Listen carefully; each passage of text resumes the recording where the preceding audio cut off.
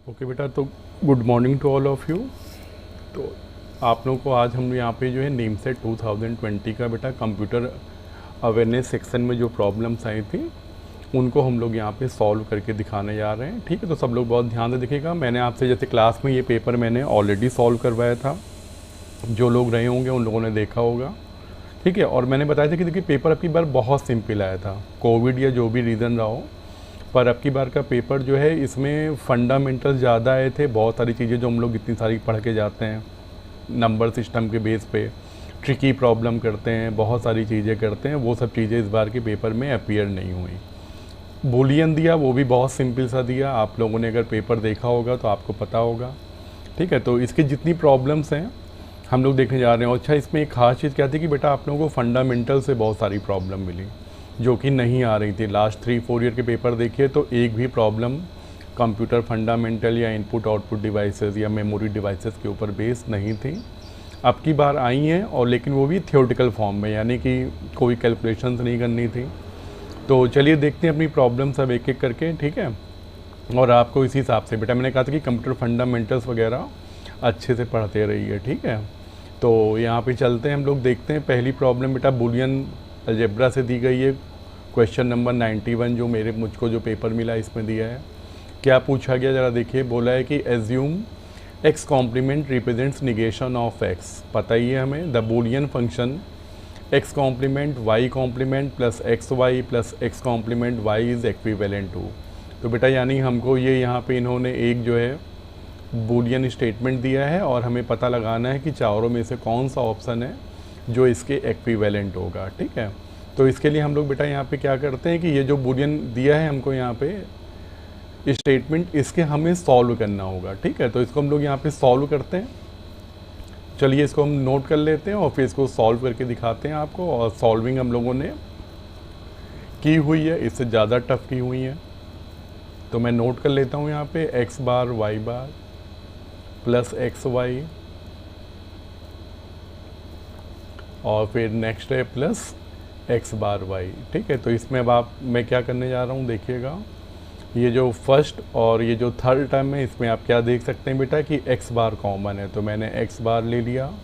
और तो मेरे पास अंदर क्या बचेगा बेटा, यहाँ से वाई और लास्ट वाले से वाई बार एंड वाई, और ये जो है आपका टर्म ये बाहर ही रहेगा। वाई बार प्लस वाई आपको पता है। ठीक है, कॉम्प्लीमेंटेरिटी लॉ क्या हो जाएगा बेटा, ये आपका 1 हो जाएगा। ठीक है, तो यानी मेरे पास क्या बचा, x bar plus x Y.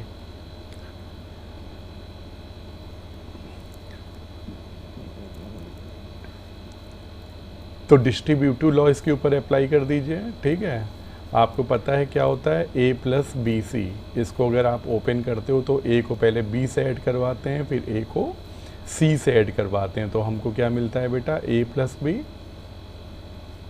Dot A plus C. ये रूल आई होप सबको याद होगा। यही हमको यहाँ पे करना है। एक्स बार को बेटा पहले एक्स से और फिर एक्स बार को वाई से ऐड करवा दीजिए। तो ये आपका हो जाएगा एक्स बार प्लस एक्स पहला टर्म, और सेकेंड टर्म क्या बन जाएगा, एक्स बार प्लस वाई। ठीक है, एक्स बार प्लस एक्स आप सबको पता है क्या होगा, complementarity law, it will be reduce to 1। तो बाकी क्या बचा है मेरे पास, एक्स बार प्लस वाई, और यही बेटा मेरा आंसर होगा। तो देखिए कोई ऑप्शन मैच कर रहा है क्या इनमें। ठीक है, तो चेक करिए बेटा, तो आपका पहला ही ऑप्शन है। ठीक है, जो पहला ही ऑप्शन आपका ए वाला आ रहा है तो it will be your correct answer. ठीक, और बहुत ईजी था अगर आप देखिए तो। ठीक है, इसके बाद चलते हैं अपनी सेकंड प्रॉब्लम पे। सेकंड प्रॉब्लम वो सबसे सिंपल प्रॉब्लम पूरे पेपर में जो आई थी, और बहुत ही बेसिक प्रॉब्लम।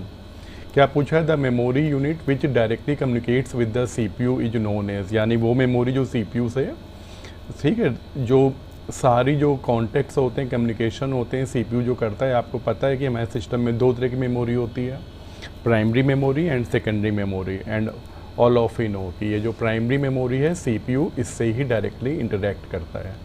ठीक है, तो मेरा जो सही आंसर होगा ये प्राइमरी मेमोरी, कोई कैलकुलेशन नहीं। ठीक है, अगर आपने ये पढ़ा हुआ है तो आप सबको ये पता होगा। ठीक है, and children, primary memory is also known as main memory. I hope all of you know this. अगली भी क्वेरी बिल्कुल थियोरेटिकल दी है। इसमें अगर आपने रैम के बारे में पढ़ा है, डायनेमिक रैम और स्टैटिक रैम, कुछ फिल इन द ब्लैंक दिए गए हैं कि dynamic RAM consumes dash power and dash then static RAM. ठीक है, यानी कि कौन कम मेमोरी, कौन ज़्यादा मेमोरी कंज्यूम करता है और कौन स्लोवर है, कौन फास्टर है, ये बात है। ठीक है, तो यहाँ पे देखिए दो तरह की मेमोरी की बात हो रही है। एक कौन सी है हमारे पास, स्टैटिक, और एक है हमारे पास डायनेमिक। ठीक है बेटा, तो ये मेमोरी देखिए आपकी फास्ट होती है क्योंकि इसका एक्सेस टाइम बहुत कम होता है। डायनेमिक मेमोरी इसके कंपैरिजन में थोड़ी सी स्लोवर होती है। ठीक है, फास्ट है तो ये पावर भी ज़्यादा कंज्यूम करती है। ठीक है ना, पावर ये क्या करती है बेटा, ज़्यादा कंज्यूम करती है, और ये पावर हमारी कम कंज्यूम करती है क्योंकि स्लो भी है। इसको बेटा कॉन्टीन्यूअस पावर सप्लाई चाहिए होती है। और स्टैटिक चूँकि फास्ट भी है तो इसीलिए बेटा ये कॉस्टली भी होती है। ठीक है, और ये चीप होती है इन कंपैरिजन ऑफ स्टैटिक। तो ये कुछ बातें हैं जो हमें पता होनी चाहिए।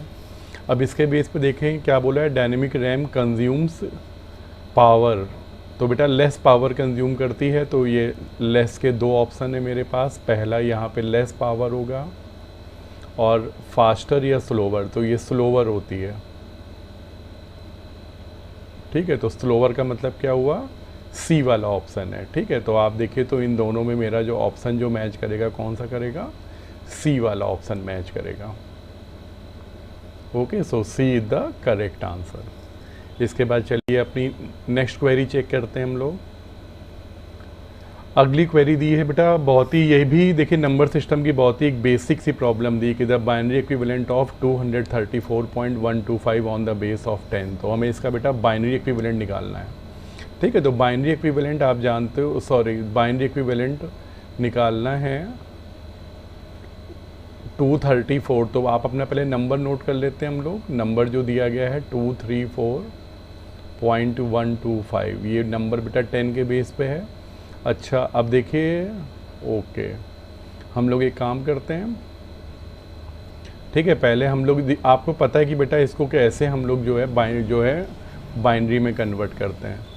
ठीक है, तो इसके लिए हमें क्या करना पड़ता है, आपको 10 के बेस पे नंबर दिया गया है यहाँ पे, तो 234 को आपको क्या करना पड़ता है बेटा, 2 से डिवाइड करना होता है, और ये जो 0.125 आया है इसको हमें 2 से मल्टीप्लाई करना होता है। ठीक है, तो हम लोग क्या करते हैं बेटा, पहले अपना जो फ्रैक्शनल पार्ट है ज़रा ये सॉल्व कर लेते हैं। इसको 2 से मल्टीप्लाई करेंगे। ठीक है, क्या आंसर आएगा, 0.250। इसका ये जो इंटीजर पार्ट है सेपरेट करिए और फ्रैक्शनल पार्ट को फिर 2 से मल्टीप्लाई कर दीजिए। तो ये कितना हो जाएगा, 0.500, फिर 0 को सेपरेट करिए और मल्टीप्लाई बाई 2 करिए। तो अब ये क्या हो गया, 1.000। इंटीजर पार्ट सेपरेट करिए। तो आप क्या देखते हो बेटा कि मेरा फ्रैक्शनल पार्ट अब जो है यहाँ 0 हो जाता है, यहीं पे कैलकुलेशन रुक जाती है। तो मेरा जो फ्रैक्शनल पार्ट आएगा वो क्या आएगा। ठीक है, तो फ्रैक्शनल पार्ट हम लोग क्या करते हैं, ऊपर से नीचे कॉपी करते हैं। तो ये आ रहा है बेटा 0.001। ठीक है कि नहीं, 001। अब आप पहले यही खाली इतना ही देख लो, तो आप देखो तो एक आंसर मुझे मिल रहा है जो 0.001 है। ठीक है, तो अब आपको बेटा इसका इंटीजर पार्ट सॉल्व करने की है नहीं ज़रूरत। फ्रैक्शनल पार्ट छोटा था तो मैंने वही उठा के सॉल्व कर लिया। ठीक है, और मैं क्या देख रहा हूँ कि मुझे अपने फ्रैक्शनल पार्ट से ही सही आंसर मिल गया। अगर बेटा फ्रैक्शनल पार्ट अगर कुछ और आ गया होता, फॉर एग्जांपल 0.011 है कि नहीं, तो हमें पता है कि तब फिर 0.011 वाले दो यहाँ पे ऑप्शन थे, बी भी था और डी भी था, तब प्रॉब्लम हो जाती। तब हमें अपना इंटीजर पार्ट भी सॉल्व करके देखना पड़ता है ना। लेकिन हम लोगों की लक अच्छी थी कि मैंने केवल फ्रैक्शनल पार्ट पिक किया और मेरा आंसर आ गया एक बार में। तो बेटा मेरा जो आंसर होगा यहाँ पे करेक्ट आंसर क्या होगा, ये सी वाला ही होगा। ठीक है, तो ये चीज़ एक यहाँ पे हो गई। इसके बाद बेटा फिर हम लोग अपनी नेक्स्ट प्रॉब्लम पे मूव कर रहे हैं। क्वेश्चन नंबर 95 क्या बोला है, देखिए कहा है कि इसका डेसिमल एक्विवेलेंट निकालिए। ओके, तो ऑक्टल एक्विवेलेंट और एक 10 के बेस पे एक नंबर दिया गया है। ठीक है, कुछ यानी कि इसको अब आपको ऑक्टल में कन्वर्ट करने के लिए क्या करना पड़ेगा, आपको पता है ऑक्टल में कन्वर्ट करना है तो मुझे इसको पूरा बेटा जो है यहाँ पे 8 से डिवाइड करके चेक करना पड़ेगा, ठीक है। तो ये नंबर हम लोग यहाँ पे पिक कर लेते हैं 432267, ठीक है। ये नंबर मैंने नोट कर लिया और अब आपको पता है कि मुझे इस नंबर को डिवाइड करते चले जाना है और जितने भी रिमाइंडर्स आएंगे इनको हम क्या करेंगे, राइट साइड पे नोट करते जाएंगे। तो चलिए अपना काम शुरू करते हैं, ठीक है। 8 5 जा 40 32, 8 4 जा 32, ठीक है। फिर इसके बाद 0 आ जाएगा, 26, 8 3 जा 24, फिर 2 बचेगा 27, 27 मीन्स 8 3 जा 24 और रिमाइंडर आ गया 3। तो यानी बेटा आखिरी रिमाइंडर 3 आना चाहिए, ठीक है। इनमें देखिए नंबर में किसी में भी लास्ट में अगर 3 दिख रहा हो तो ऐसा नहीं हो रहा है, ठीक है ना। तो बेटा अगर देखिए जो लोग समझदार हैं ना वो इतने में ही समझ जाएंगे, वो इसके आगे इनको करने की ज़रूरत ही नहीं है। एक बार और कैलकुलेशन चेक कर लेते हैं। 8 5 जा 40, रिमाइंडर विल बी 3, 8 4 जा 32, ठीक है। तो ये मेरा डिवाइड हो गया पूरा पूरा, फिर 2 आया, ठीक है। 2 के लिए फिर मैं 2 आपका डिवाइड नहीं होगा, ठीक है। तो 0 लगा के 26 कर लिया मैंने। 8 3 जा 24, तो 2 बचा 27, 8 3 जा 24, रिमाइंडर विल बी 3। तो यानी बेटा जब रिमाइंडर्स आएंगे सब नीचे से ऊपर, तो आपको पता है कि सबसे अब जो भी मेरा आंसर आएगा ऑक्टल में उसके लास्ट में बेटा 3 आना चाहिए था। इसके पहले चाहे जितनी वैल्यू आती, पर मैं क्या देख रहा हूँ कि मेरे किसी भी ऑप्शन के लास्ट में 3 नहीं है। पहले वाले में 7 है, इसमें 1 है, इसमें 2 है, ठीक है। तो मैंने क्या बोला, जो लोग समझदार हैं बेटा पूरा करने की ज़रूरत ही नहीं है। इतने में ही आप समझ जाओगे कि इनमें से कोई भी आंसर नहीं है, यानी मेरा जो सही ऑप्शन होगा वो क्या होगा, नन ऑफ द अबव, ठीक है।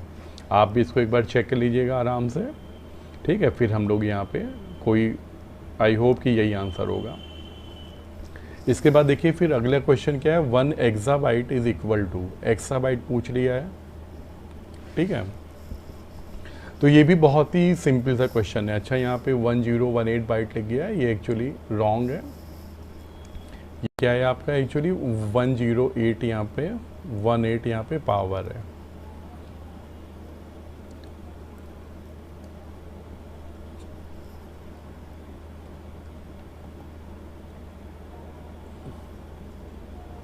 वन मिनट बेटा, जरा 1 मिनट दीजिएगा।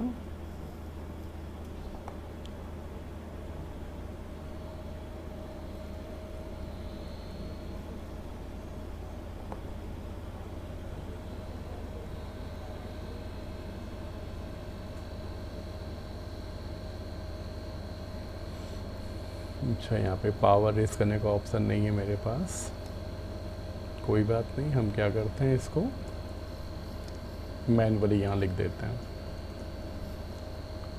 तो ये बेटा यहाँ पे क्या है, एक्चुअली 10 की पावर 18 है, ठीक है। तो मैंने कहा कि ये बहुत ही बेसिक प्रॉब्लम है, बस खाली इसमें हमें क्या कहे कि हमें टेबल याद होनी चाहिए, ठीक है। आपको पता है क्या क्या होता है मेरे पास, अगर आप पूरी टेबल देखो तो 1 KB होता है। KB के बाद हम लोग क्या पढ़ते हैं, फिर MB पढ़ते हैं, MB यानी मेगाबाइट, फिर मेगाबाइट के बाद आप GB पढ़ते हो, ठीक है। इसके बाद फिर क्या पढ़ते हो, TB पढ़ते हो, ठीक है। TB के बाद क्या आता है मेरा, पेंटाबाइट आता है, ठीक है। PB लिख लेता हूँ, फिर एक्साबाइट जो यहाँ पे दिया हुआ है, ठीक है। और सबसे लास्ट में आता है जेटाबाइट यानी कि GB, ठीक है। इसके बाद बेटा फिर आपको पता है कि जो 1 MB होता है वो आपका कितना होता है बेटा, 1024 KB के बराबर होता है। यानी इसको अगर आप 2 की पावर पे अगर दिखाओ तो क्या दिखाओगे बेटा, 2 की पावर 10, है ना। 2 की पावर अगर आप 10 करो तो आपको इतने यहाँ पे मिलते हैं, यहाँ पे 2 की पावर 10 होती है KB, ठीक है। सॉरी गलत लिख गए, बाइट्स में हमें करना है ना। तो 1 KB में आपको पता है 1024 बाइट होते हैं, यानी 2 की पावर 10 बाइट्स यहाँ पे मिलेंगे हमें, ठीक है। 2 की पावर 10, फिर यहाँ पे 2 की पावर कितनी हो जाती है बेटा, 20 हो जाती है। 2 की पावर 30, 2 की पावर 40, तो बेटा 10 यानी 1000 की पावर हर बार इंक्रीज़ होती जाती है, ठीक है। 2 की पावर 50, 2 की पावर 60 एंड 2 की पावर 70। तो ये हमारा जो है सीक्वेंस चलता है, ठीक है। और इसको अगर बेटा आप 10 की पावर पे रिप्रेजेंट करो तो एक्चुअली हम लोग एग्जैक्ट तो नहीं कर पाते रिप्रेजेंट, क्योंकि आपको भी पता है कि 2 की पावर 10 कितना होता है 1024 बाइट, पर हम इसको अप्रॉक्स यहाँ पे लिखते हैं 10 की पावर 3 यानी कि 1000 में 1000 और कर दीजिए मल्टीप्लाई, तो आपका क्या बन जाता है MB यानी 10 की पावर 6, ठीक है। फिर क्या होता है 10 की पावर 9, तो यानी बेटा 3 का गैप होता है, सीधी सी बात। तो 10 की पावर 12, 10 की पावर 15, 10 की पावर 18, ठीक है। और लास्ट में क्या होता है बेटा 10 की पावर 21, यानी जो जेटा बाइट में 10 की पावर 21 जो है बाइट्स हमारे पास अवेलेबल होते हैं। तो अगर आपको ये टेबल आती है तो आपको पता है कुछ उसमें देखना ही नहीं है। अब आप देखिए सारे अपने ऑप्शन, पहला ऑप्शन क्या है 10 की पावर 18 बाइट्स, सही है, बिल्कुल ओके है, ठीक है। इसके बाद देखिए सेकंड क्या बताया है कि 1 जेटा बाइट्स डिवाइड्स बाई 1000, कि अगर आप अपने जेटा बाइट को 1000 से डिवाइड कर दो तो बिल्कुल सही बात है बेटा। 10 की पावर क्या है 21 है, इसको अगर आप 1000 से यहाँ डिवाइड कर दो, ठीक है, तो आपको पता है मेरा आंसर कितना हो जाएगा, फिर से 10 की पावर 18 ही हो जाएगा, है ना। तो यानी कि ये भी आपका 1 एक्साबाइट के इक्वल हो जाएगा। तो ये वाला ऑप्शन भी सही है, 1 पेटाबाइट मल्टीप्लाइड बाई 1000, सही बात है बेटा। 10 की पावर 15 को अगर आप क्या करो 1000 से मल्टीप्लाई कर दो यानी 10 की पावर 3 से, तो भी ये भी क्या हो जाएगा 10 की पावर 18 हो जाएगा, है ना। तो यानी कि आप देखो तो ये ऑप्शन भी सही है। तो यानी फाइनल क्या मिला आपको, ऑल ऑफ द अबव। तो यानी बेटा मेरा जो लास्ट ऑप्शन है वो बिल्कुल परफेक्ट है ना। तो यानी इसका जो आंसर होगा वो क्या होगा मेरा, all of the above. I hope आपको ये बात समझ में आ गई होगी। तो ये भी देखिए बिल्कुल प्योर थियोरेटिकल प्रॉब्लम थी, कोई कैलकुलेशन नहीं।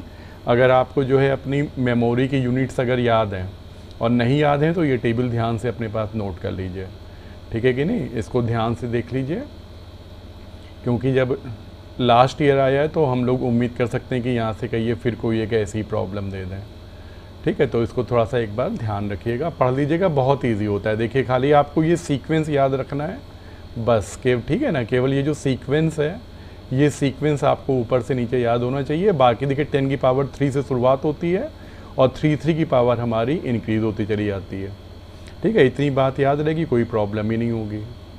इसके बाद अच्छा फिर देखिए अगली प्रॉब्लम क्या दी है, इन्होंने एक लॉजिक सर्किट दिया है यहाँ पे, ठीक है। एक लॉजिक सर्किट दिया है, यहाँ पे 2 बन गए हैं, एक मैं रिमूव कर देता हूँ।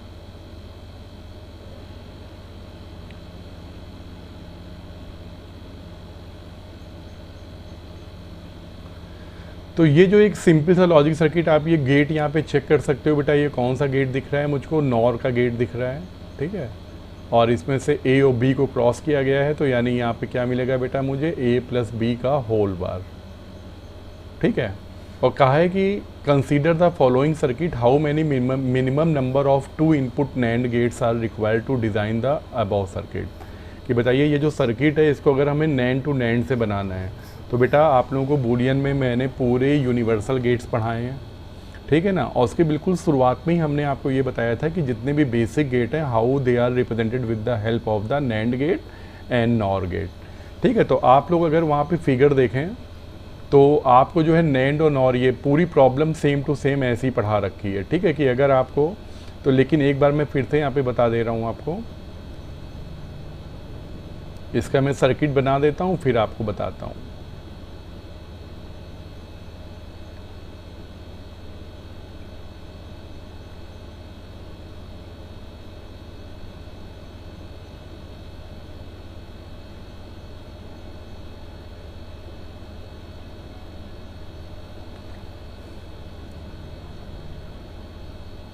तो बेटा ये देखिए यहाँ पे क्या हुआ, आपने ए की 2 कॉपी निकाली नैंड से, आपको क्या मिल जाएगा ए बार।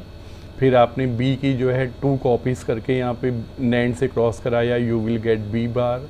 और अब ए बार और बी बार दोनों को आपने फिर से एक बार नैंड से क्रॉस कराया, तो आपको क्या मिल गया बेटा, ए बार डॉट बी बार और इसका होल कॉम्प्लीमेंट, ठीक है। इसके ऊपर अब आप जब डी मॉर्गन लगाओगे so then you will get A plus B, है कि नहीं, क्योंकि दोनों के ऊपर डबल बार आएगा और डबल बार आपको पता है दे विल बी ड्रॉप्ड। तो मेरे पास क्या बचेगा बेटा, ए प्लस बी, यानी और आ गया। अब आपको क्या चाहिए बेटा, इसके ऊपर होल कॉम्प्लीमेंट। तो आपको सिखाया गया है कि जब भी किसी होल कॉम्प्लीमेंट चाहिए हो किसी भी बूलियन टर्म पे, तो आपको एक ही काम तो करना होता है, बस खाली क्या करना होता है कि उसकी डबल कॉपी करके आपको एक और नैंड या नॉट से क्रॉस करा देना होता है। तो आपने क्या किया बेटा, a प्लस बी की देखिए यहाँ पे फिर से 2 कॉपी की और आपने इसको नैंड से यहाँ पे क्रॉस करा दिया। तो जैसे ही आप नैंड से क्रॉस कराओगे तो आपको क्या मिल जाएगा यहाँ पे a प्लस बी का होल बार, यानी a और b का, ठीक है, नॉर ऑपरेशन आपने परफॉर्म कर दिया। अब आप देखो कि कितने गेट्स यूज़ हुए, आप यहाँ पे चेक कर सकते हैं, ठीक है। 1 2 3 4 मैंने 4 नैंड गेट लगाए। तो और देखिए यहाँ पे 4 मेरा है भी ऑप्शन, तो मेरा जो बेटा यहाँ पे जो करेक्ट आंसर होगा दैट विल बी बी, यानी कि 4 गेट्स, ठीक है। तो बहुत ही सिंपल था, ये भी किया हुआ है, आपका याद आ गया होगा, ठीक है। अगली क्वेरी भी देखिए बेटा बिल्कुल थियोरेटिकल है और इजी है। बोला है the time required for fetching and execution of one simple machine command is known as, यानी बेटा हम जब भी कोई अपने सिस्टम को कोई किसी भी काम के लिए कोई कमांड देते हैं तो उसके में आपके कमांड को फेच करना और एग्जीक्यूशन करने में जितना भी टाइम कंज्यूम होता है उसको क्या कहा जाता है। तो बहुत ही सिंपल क्वेश्चन है, ठीक है। आई होप ज़्यादातर लोगों को पता ही होगा कि it is known as CPU cycle, ठीक है। देखिए बाकी जो टाइम्स यहाँ पे दिए हैं ये सब हमारे हार्डवेयर में जो हम लोग मशीन कोड करते हैं, सॉरी अपने जो है आर्म को, हेड को जो सेटल करते हैं पार्टिकुलर एक मेमोरी पे, उसको हम लोग सीक टाइम कहते हैं। एक जो है आपका जो मेमोरी हेड किसी एक जो है सेक्टर से दूसरे सेक्टर पे मूव करता है, उसमें जो टाइमिंग यूज़ होती है, या एक ट्रैक से दूसरे ट्रैक पे मूव करता है, ठीक है। ये सारी चीज़ें कैलकुलेट की जाती हैं।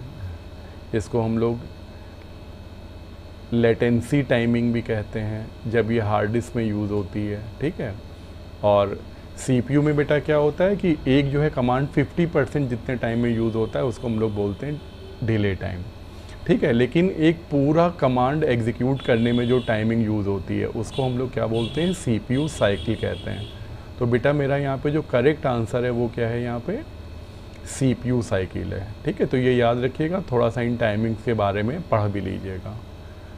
इसके बाद अगली क्वेरी चेक कर रहे हैं अपनी हम लोग, क्वेश्चन नंबर 99 पे आ गए हैं। The equivalence of given expression x plus x bar y with Boolean theorem. Okay, तो बहुत ही इजी क्वेरी है, बूलियन की सबसे सिंपल क्वेरी, ठीक है। आप यहाँ पे चेक कर सकते हैं, ये जो दिया है इन्होंने हमें क्या दिया है, x plus x bar Y.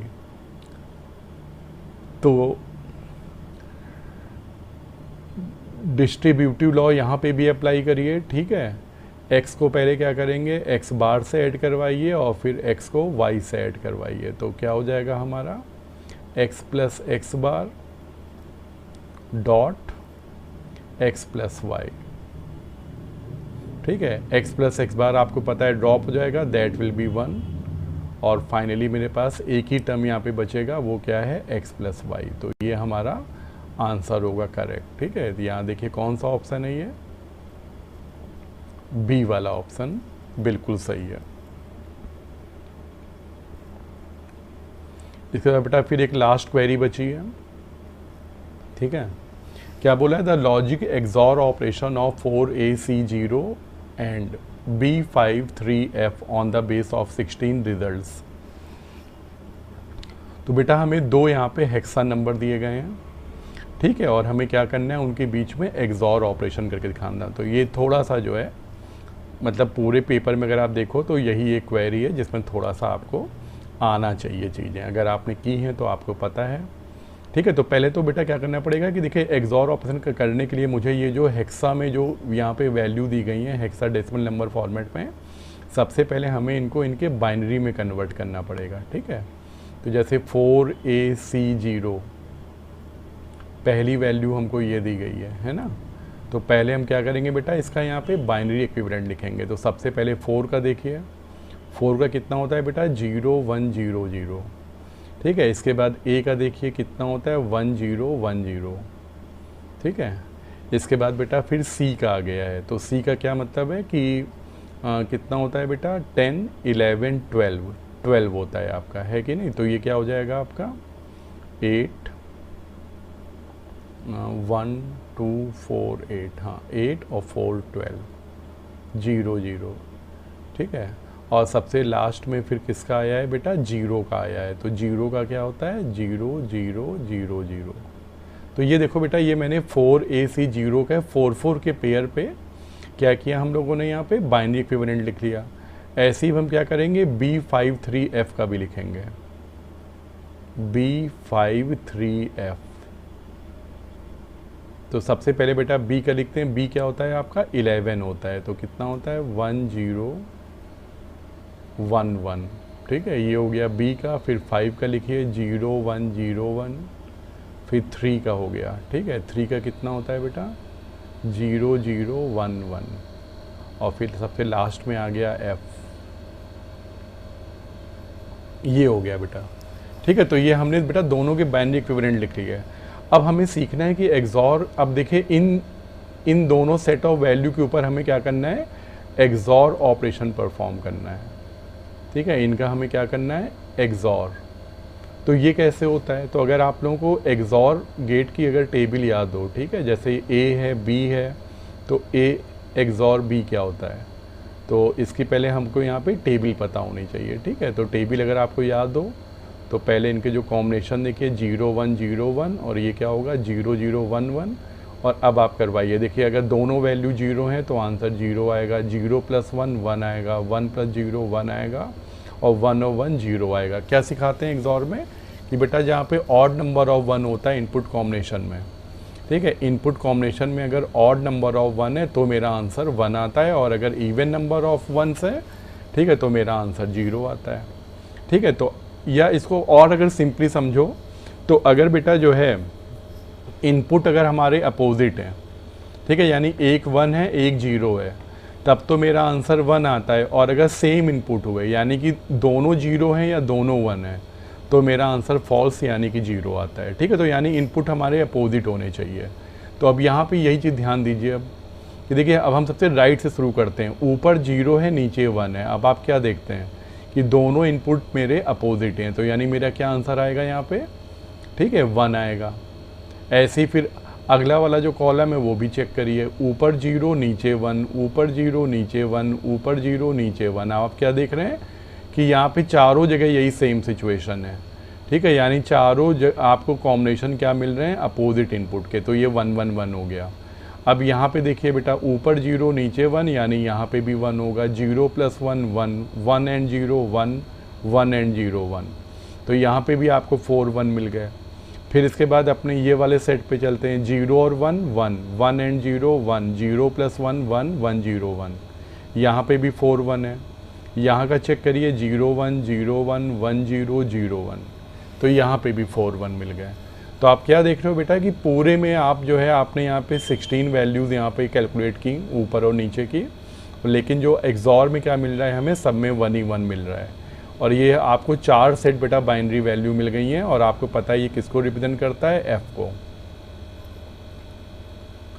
ठीक है। तो यानी बेटा मेरा जो आंसर आएगा 4F। तो यहाँ देखिए कोई ऑप्शन है मेरे पास, बिल्कुल ये मेरा ऑप्शन C आ गया, ठीक है। तो ये जो C वाला ऑप्शन है बेटा मेरा, ये बिल्कुल करेक्ट होगा, ठीक है। तो आई होप कि तो ये क्वेश्चन नंबर 91 से लेके 100 तक थे। तो अब आप ये देखिए कि इनमें कितने क्वेश्चन थे जो आप लोग यहाँ कर सकते थे, या कितने के लिए आप प्रिपेयर हैं। तो आप देखो तो यहाँ पे 2 आपको नंबर सिस्टम की प्रॉब्लम मिली, ध्यान से देखिए। अब यहाँ पे 2 आपको कैसी प्रॉब्लम मिली, नंबर सिस्टम की, ठीक है। एक तो ये मिली थी जिसमें आपको ऑक्टल इक्विवेलेंट कन्वर्ट करना था, और एक इसमें बाइनरी इक्विवेलेंट निकालना था। 2 नंबर सिस्टम की प्रॉब्लम मिली। इसके अलावा 2 आपने बूलियन अलजेब्रा की प्रॉब्लम की, ठीक है, जहाँ पे आपको सॉल्विंग करनी थी, और एक आपको लॉजिक गेट की प्रॉब्लम मिली। यानी कि आधा पेपर आपका खाली नंबर सिस्टम और बूलियन अलजेब्रा से हो गया, ठीक है बेटा। ज़्यादा देते हैं, मैंने बोला ना। और अब बाकी प्रॉब्लम क्या की इन लोगों ने, बिल्कुल फंडामेंटल प्रॉब्लम, यानी कि आप देखो तो प्रॉब्लम का जो लेवल था कितना ईजी है सब में। मेमोरी की यूनिट पूछ रहे हैं, सोचिए नेम सेट में आके, ठीक है। तो बाकी प्रॉब्लम्स का भी लेवल आपकी, आप देखिए आपने क्वेरी देखी थी अभी कि CPU से कौन सी मेमोरी डायरेक्टली इंटरेक्ट करती है, बिल्कुल छोटे बच्चों की प्रॉब्लम। तो यानी ऐसा पेपर था कि बेटा आप इसमें 7 to 8 प्रॉब्लम, तो यानी अगर कुछ पढ़ के भी ना जाओ थ्योरी में तो भी आप कर लेते, ठीक है। बाकी थोड़ा बहुत पढ़ना था आपको किसके बारे में, रैम के बारे में पता होना चाहिए, ठीक है, मेमोरी में एक्सेस टाइम वगैरह क्या होते हैं, ये सारी चीज़ें थी। लेकिन आप देखो तो बेटा पेपर का लेवल बहुत ही ईजी था, ठीक है। तो आई होप कि आप सबको बेटा ये जो है समझ में आ गई होंगी क्वेरीज, ठीक है। और कोई प्रॉब्लम हो तो आप कमेंट में डाल के या फिर डायरेक्टली हमसे पूछ सकते हैं कभी भी, ओके। तो चलिए बेटा, थैंक यू वेरी मच।